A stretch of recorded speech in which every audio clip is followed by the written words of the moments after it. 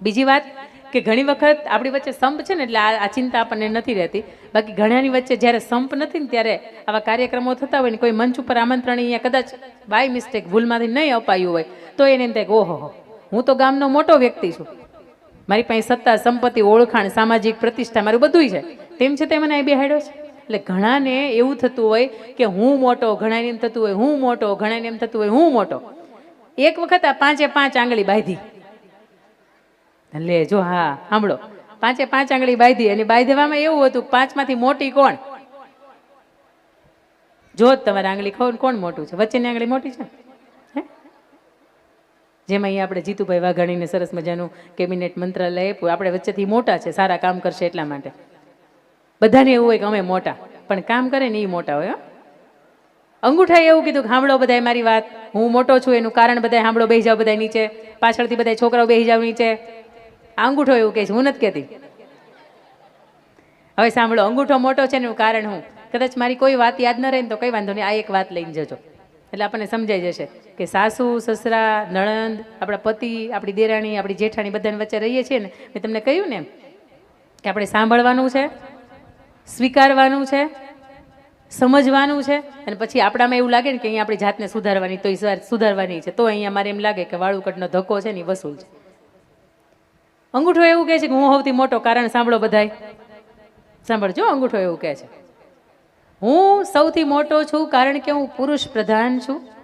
કોકને સિક્કો આમ કરીને આમ મારું ને તો દસ્તાવેજના અંદર માલિકના નામ બદલી નાખું. મારી અંદર આટલી બધી ગજબની તાકાત છે, એટલે સૌથી મોટો તો કે હું કહેવાઉં.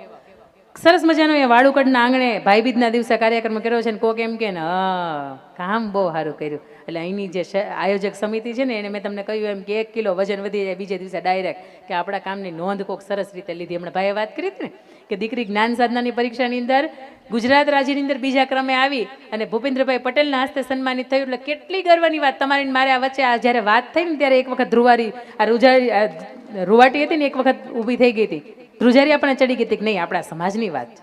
એટલે અંગૂઠો એવું કહે છે કે હું સૌથી મોટો છું કારણ કે મારા દસ્તાવેજની અંદર નામ બદલી નાખું.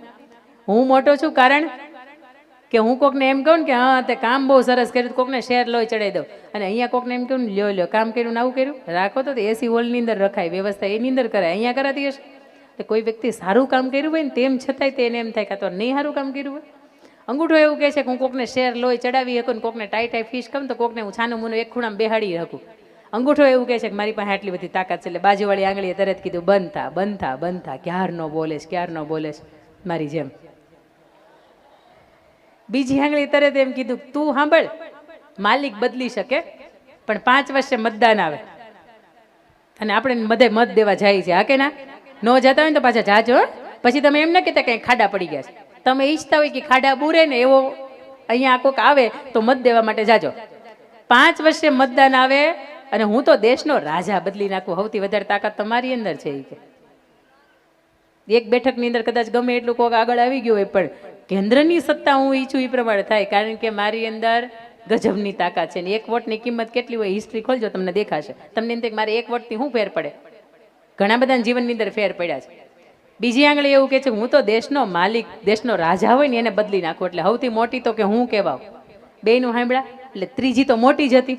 તમારા આંગળીની અંદર જો, તમારા હાથની અંદર આ મોટી જ છે. તરત બધા એવું કીધું તું બંધ થાને, સૌથી મોટી જો સાઈઝની દ્રષ્ટિએ હું મોટી છું. પણ એને ખબર નથી ગુજરાતની અંદર કહેવત છે કે મોટા એટલા બધાય, આ તમે બોલો છો હું નથી બોલતી, મોટા એટલા બધાય, હા તમે જ બોલ્યા છો. એટલે ઘણા રાજનેતાને અહીંયા આવતા હોય ને આપણા મંચ ઉપર આમંત્રણ તમે આપો ને એને આવે, કારણ કે એને પાછા તમારા વોટ જોતા હોય. એટલે અહીંયા એવું કે હું તમારો જ છું. ઘણી વખત તમારા કામની જરૂરિયાત પડે ત્યારે મને કહેજો, યાદ કરજો. પણ તમે એને યાદ નહીં, તમે એની વાહે પડી જાવ ને તો એ માણસ તમને જવાબ ન આપે. કારણ કે ઘણી વખત મોટા એટલા ખોટા હોય, પણ તમારા કામથી તમે મોટા થાવ તો એ મોટા છે. તમારા નામથી મોટા ને એ મોટા નથી. એટલે આંગળીને ખબર નહોતી કે મોટા એટલા ખોટા. એટલે તરત એની બાજુવાળી આંગળી એમ કીધું તુંય બંધ થા, તુંય ક્યારનું બકબક કરે છે. આ આંગળી રાજા બદલી શકે, પણ એ રાજા બદલ્યા પછી એની શપથવિધિ ન થાય, જ્યાં સુધી એનું તિલક ન થાય ત્યાં સુધી એ રાજા તરવાર લઈને તો ઘરની અંદર આટા મારી ક્યાંય બહાર જઈ ન શકે. એની શપથવિધિ તો થવી જરૂરી છે. એટલે સૌથી આ આંગળી એવું કહે છે કે હું એનો તિલક કરું, હું એને ચાંદલો કરું અને એને સરસ મજાના ચોખાથી આમાં વધાવું ને અને પછી એને એમ કહેવાય કે એ માણસે કામ કંઈક કર્યું અને એના માટે બહાર જઈએ કે એટલે સૌથી મોટી તો કે હું કહેવાઓ. બિચારી ટચલી આંગળી નાના બાળકોને જેવી ગમે એટલું બોલે કોઈ સાંભળે નહીં. માઇક હાથમાં આપો તો હું સાંભળે ને. બિચારા અંદરો અંદર ગમે એટલી ઘણી વાતો કરે પણ કોઈ સાંભળે નહીં મારા સિવાય અહીંયા. એટલે ટચલી આંગળી તરત એવું કીધું કે બધાય બંધ થાવ, સૌથી મોટી તો કે હું છું. અને બિચારી ધ્રુજતી કીધું હો. એટલે ત્રણે આ ચારે ચાર આંગળી એવું કીધું કે તું મોટી છે ને કારણ શું છે બતાય હાલ. એટલે તે ટચલી આંગળીએ શું કીધું તું ખબર? ઇમરજન્સીમાં હું કામ લાગુ. આ તમે સમજ્યા નહીં હે? એ તો આપણે અવડા હતા ને ઓલા બેનને સાહેબ રજા નો આપતા ને ગમે એમ કરીને ગુલ્લી મારી જાવી ને એટલા માટે એનો ઉપયોગ આપણે કરતા કે બેન આમ જાવું છે ને બેન આમ જવું છે, સાહેબ અહીંયા જવું છે. પણ એ ઇમરજન્સી નહીં. 5,500 વર્ષ પહેલા જ્યારે ઇન્દ્રને અને કૃષ્ણ ભગવાનને વાંધો પડ્યો અને કૃષ્ણ ભગવાને એવું કીધું કે ઇન્દ્રની પૂજા કરવી ને એની કરતાં ગોવર્ધનની પૂજા કરાય. અને તે દિવસે ધબધબાટી આ મેઘરાજાની મહેર થઈ હતી ને કેટલાય દિવસો સુધી વરસાદ બંધ નહોતો થતો ને કૃષ્ણ ભગવાન પાસે આખો હાથ હતો. બધી 5 આંગળી એકેમાં ફ્રેક્ચર નહોતું થયું. તેમ છતાં તે એક ટચલી આંગળી ઉપર એને ગોવર્ધન ધારણ કર્યો હતો ને તે દિવસે એ કૃષ્ણ ભગવાન 5,500 વર્ષ પહેલા કહીને ગયા કે આમાં નાનો કોઈ નથી અને ભલામણા મોટો કોઈ નથી. તમને એમ થતું હોય કે હું રાજકીય દ્રષ્ટિએ બહુ મોટો પણ કોકને પૂછજો, કોકને ગહીન કામ લાગ્યા. કોકને એમ થાય કે હું આર્થિક દ્રષ્ટિએ બહુ મોટો પણ આવા સમાજના કામ થતા હોય ત્યારે થોડુંક દાન દીધું. ઘણાને એમ થતું હોય કે હું નાનો પણ એની ઝૂંપડીએ 5 માણસને ચા પીવા આવવાનું મન થતું હોય. એટલે કૃષ્ણ ભગવાને એવું કહીને ગયા પણ સાંભળો 5 સાચા હતા ને 5 વાત સાચી. કેમ? તમે જોજો ચોથા માળે રહેતો હોય ને એ એમ કહે ને કે અહીંયાથી વરાછાથી સુરતની અંદર હું વાત કરું છું કે અહીંથી રેલવે સ્ટેશન દેખાય છે અને અહીંયાથી ટ્રેન નીકળતી હોય દેખાય છે. ત્રીજા માળે રહેતો હોય ને શું કે ખબર? ના ખાલી ધુવાડા જ દેખાય છે. બીજા માળે રહેતો હોય ને શું કે ખબર? ધુવાડા નથી દેખાતા, ખાલી ખટખટ અવાજ આવે છે ને એ જ દેખાય છે. અને પહેલા માળે રહેતો હોય ને એમ કે આ 3 ખોટા કાંઈ દેખાતું જ નથી. 4 સાચા જ હતા ને, હવની રીતે સાચા હતા. તો ઘણી વખત તમને એમ થતું હોય કે હું સાચી છું પણ આ 5 આંગળીઓ બહુ સાચી હતી.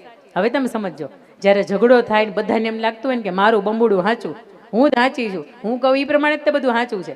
એટલે તે દિવસે તમે બાંધવા બોલવાનું થાય ને તો 2 વ્યક્તિની પાસે જવું પડે. કાં તો તમે તમારા ઘરના વડીલની પાસે જાઓ અને કાં તો તમે વકીલની પાસે જાઓ.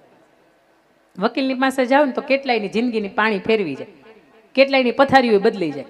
પણ તમે વડીલની પાસે જાઓ ને તો એ વડીલ છે ને સરસ મજાનું સોલ્યુશન આપે ને, બેયના હિતની વાત હોય. તો આ 5 આંગળીઓના વડીલ કોણ? હથેળી. 5 આંગળી ભેગી થઈને હથેળીની પાસે ગઈને હથેળીને પૂછું સૌથી મોટું કોણ? તમે કયો. એટલે હથેળીએ બહુ મજાનો જવાબ આપ્યો કે તમે 5 આંગળી છૂટી પડ્યા છો ને એટલે તમને ગર્વ છે ને તમને અભિમાન છે ને અહંકાર છે કે મોટું કોણ. તમે 5 આમ કરી આમ ભેગી થઈ જાવ પછી આમ કોકને કોળીઓ વાળો ને કોકને જમાડો ને તો એ માણસની વર્ષોની ભૂખ હોય ને ભાંગી જાય. તમે 5 ભેગા થઈ જાય ને તમે આમ ગ્લાસ પકડો ને કોકને તમે પાણી પાવ ને એટલે એ માણસની તરસ હોય ને એ ભાંગી જાય. કેટલી તરસ વર્ષોથી કદાચ હોય એ બુજાઈ જાય. તમે જોજો ગમતા વ્યક્તિના હાથમાં તમે પાણી પીવો ને, ગમતા વ્યક્તિના હાથમાં પાણી પીએ ને તો એક ઘૂંટડો પીએ ને તો ધરાઈ જાય, કારણ કે આત્મસંતોષ થાય. 5 ભેગા થઈ જાઓ અને એની અંદર તમે કોકને પાણી પાવ તો એ માણસની તરસ હોય ને એ છીપાઈ જાય. તમે 5 ભેગા થઈ જાઓ અને વર્ષોથી ન બોલેલા કેટલાય કટાઈ ગયેલા સંબંધો હોય, કારણ વગર બોલતા ન હોય કે નથી બોલતા, અમારા દાદા નથી બોલતા, અમે નથી બોલતા. એટલે ભાઈ દાદા વયા ગયા ને વરહ થઈ ગયા ને એની વાહે કેટલાય શાદ વયા ગયા, પણ દાદા નથી બોલતા ને એની વાહે તમે શું કામ નથી બોલતા? તમે શરૂઆત કરો. 5 આંગળી ભેગી થઈ જાય ને આવા સરસ મજાના સંમેલન હોય ને એની અંદર કોઈ એમ કે ને રામ રામ, એટલે એ માણસના જે કટાઈ ગયેલા સંબંધો હોય ને એની ઉપરનો કાટ ઉતરી જાય ને માણસના સંબંધો છે ને એ વ્યવસ્થાપન થઈ જાય. તમે 5 ભેગા થઈ જાઓ અને કોકના વાહનની અંદર આમ શાબાશી આપો ને તો એ માણસને એમ થાય કે નહીં મારા કામની કોકે નોંધ લીધી. અને તમે 5 ભેગા થઈ જાય આમ ફેરવીને કોકને મૂકો મારો ને તો સામેવાળાનો ભૂકો બોલી જાય. આ વડીલો તમને મને ખાલી એટલું કહે છે કે 5 ને ભેગા રહેવાની અંદર મજા છે. આ તમે જુદા થઈ જાઓ ને તો બીજા 5 ઘર કરી જાય. જુદા થાય આપણે તો બીજા 5 ઘર કરવા માટે આવે ને, પણ તમે ભેગા ને ભેગા હોય. તમે જો અત્યારે આવી રીતે બેઠા છો ને મારે અહીંથી નીકળવું હોય ને તો હું ઇઝીલી તમને નીકળી શકું, તમે જગ્યા મને આપો. પણ મેં તમને એવું કીધું હોય કે તમે એકબીજાનો હાથ આમ કરે કચકચાવીને પકડી રાખો ને પછી મારે નીકળવું હોય તમે જવા દો. કાળું કૂતરું ન નીકળે. અંકિતાબેન તો પછીની વાત છે, તમે જવા ન દો, કારણ કે તમારી વચ્ચે સંગઠન છે, સ્નેહ છે, સંપ છે. એટલે જ્યારે તમને એમ થતું હોય ને કે સૌથી મોટો કોણ, તેથી આ 5 આંગળીની વાત યાદ રાખજો. કૃષ્ણ ભગવાને એવું કહીને કહેતા ને આપણા વડવાઓ એવું કહે છે કે નાનો કે મોટો પછીની વાત છે પણ પેલા ભેગા રહ્યો ને એની અંદર મજા છે. તમને યાદ હોય તો મહાભારતનું યુદ્ધ થયું અને મહાભારતના યુદ્ધ પછી વિશ્વકર્માએ ખૂબ સરસ મજાનું ઇન્દ્રપ્રસ્થ બનાવ્યું. યુધિષ્ઠિર રાજા બનવાના હતા અને એની અંદર અશ્વમેઘ યજ્ઞ છે એ થવાનો હતો. એટલે બધા વ્યક્તિઓને કામની ફાળવણી કરવામાં આવી કે આંગણે મહેમાન આવે તો મહેમાન કોણ સંભાળશે, જમણનારની વ્યવસ્થા છે તેની અંદર કોણ કરશે, બધાનો સત્કાર કરવા માટે કોણ આવશે. તો એની અંદર કૃષ્ણ ભગવાને એવું કીધું કે હું ઈચ્છું ને કામ મને આપી દો. તો કે શું કામ તમે સંભાળશો, બધાને વેલકમ કરવા માટે ઊભા રહેશો? તો કે નહીં, આખા સમારંભની અંદર બધા લોકો જમીને જશે એની ડીશ સાફ કરવાનું કામ છે ને મને આપી દો દીદી. કૃષ્ણ પરમાત્મા એવું કહે છે કે નાનામાં નાનું કામે કદાચ સમાજ હિતનું કામ થતું હોય, એની અંદર નાનામાં નાનું કામે તમને ચીંધવામાં આવે ને તો એને સહજ સ્વીકારી લેવાનું. એવું નહીં વિચારવાનું હું તો કરોડપતિ માણસ છું, મારાથી થોડું આવું કામ થાય. ઘણા ઘણા તો પોતાના હાથનો ફોન પડી ગયો હોય ને એને બાજુવાળા હોય ને એને આપે, લે તમારું પડી ગયું ભાઈ લઈ લો ને, નહીં લેતા જાઓ લાખ રૂપિયાનું ડેમેજ તમને જ છે. પણ ઘણા એની માટેથી વાકું નથી પડતા. પણ મારે એ તમને કેવું છે, હાથમાં મોબાઈલ હોય ને તમારું માથું ઊંચું રહે કે નીચું રહે? હાથમાં મોબાઈલ પકડ્યો હોય તમારું માથું કેવી રીતે રહે? નીચું રહે. તમે એની યાર કોઈ પણ યાર વાત કરતા હોય, કોઈની યાર તમે એમાં મેસેજથી ટેક્સ્ટ મેસેજથી કંઈ પણ કરતા હોય, એ દૂરના સંબંધો છે. જો એને બચાવી રાખવા માટે પણ તમે તમારું માથું નીચું રાખતા હોય તો ભલા માણસ આપણી આસપાસના સંબંધો છે ને ક્યારેક એની અંદર માથું નીચું રાખવું પડે ને તો એમાં નવાઈ નથી, રાખી દેવાનું, બિંદાસ રાખી દેવાનું. કારણ કે ક્યારેક પાછળ હટી જવામાં પણ મજા છે, ક્યારેક ચૂપ થઈ જવામાં પણ મજા છે, અને ક્યારેક ખંખેરીને કોકને કહી દેવામાં પણ મજા છે. પણ એ સમય જોવાનો કે કયા સમયે હું કોને શું વાત કરું છું.